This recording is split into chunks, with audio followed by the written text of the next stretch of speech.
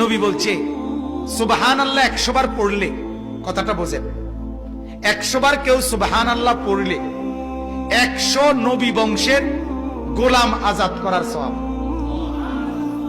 আলহামদুলিল্লাহ 100 বার পড়লে আল্লাহর নবী বলেন 100 ঘোড়া আল্লাহর রাস্তায় যুদ্ধের জন্য দান করার সওয়াব।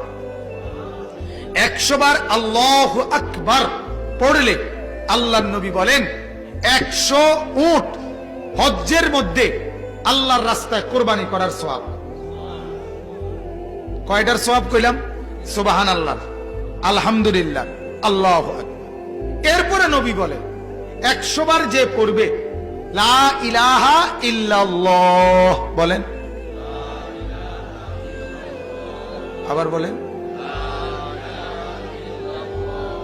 লা ইলাহা ইল্লাল্লাহ, লা ইলাহা ইল্লাল্লাহ, লা ইলাহা ইল্লাল্লাহ।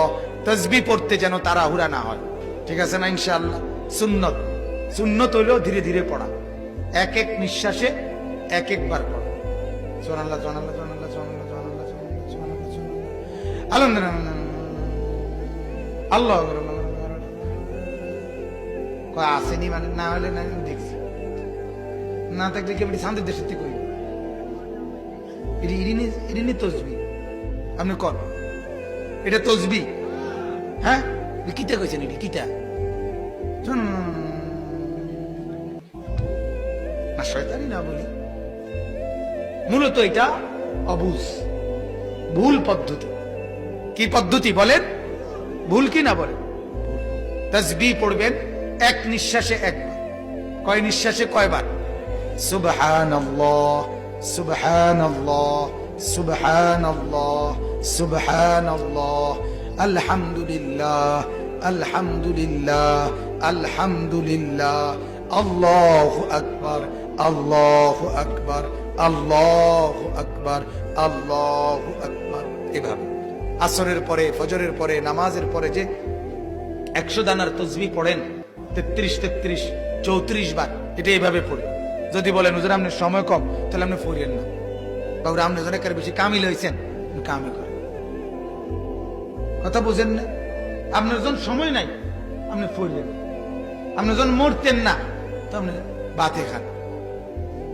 এজন্য ধীরে ধীরে পড়া। তো বলতেছিলাম 100 বার কেউ যদি কি পড়ে লা ইলাহা ইল্লাল্লাহ, লা ইলাহা ইল্লাল্লাহ, আল্লাহর নবী বলেন আমার উম্মত 100 বার সুবহানাল্লাহর নেকি তো হিসাব করে বললাম, 100 বার আলহামদুলিল্লাহর নেকি তো বললাম, 100 বার আল্লাহু আকবারের নেকি তো বললাম। আল্লাহর নবী বলেন উম্মত আমার লা ইলাহা ইল্লাল্লাহ 100 বার পড়লে নেকি আমি কেমনে বুঝাই রে উম্মত?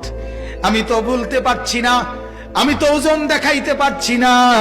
আল্লাহর নবী বলেন আমার উম্মত 100 বার যদি পড়ো লা ইলাহা ইল্লাল্লাহ তামলাউ মা বাইনাস সামাই ওয়াল আরদ, 7 আসমান ও জমিনের ফাঁকা জায়গাটা নেকিতে পূর্ণ হবে।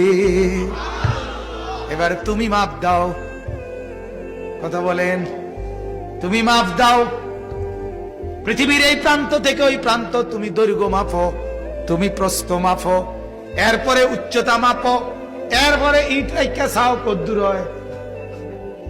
কথা কয় না, ঠিক না? আল্লাহর নবী বলেন কেমনে বলতাম উম্মত, এটার সংখ্যা দিয়ে বুঝাইলাম না। ওইটাতে 100 ঘোড়া বলছি, ওইটাতে 100 উট বলছি, ওইটা তো 100 গোলাম বলছি, এটার সংখ্যা দিয়ে বুঝাইতে পারলাম না।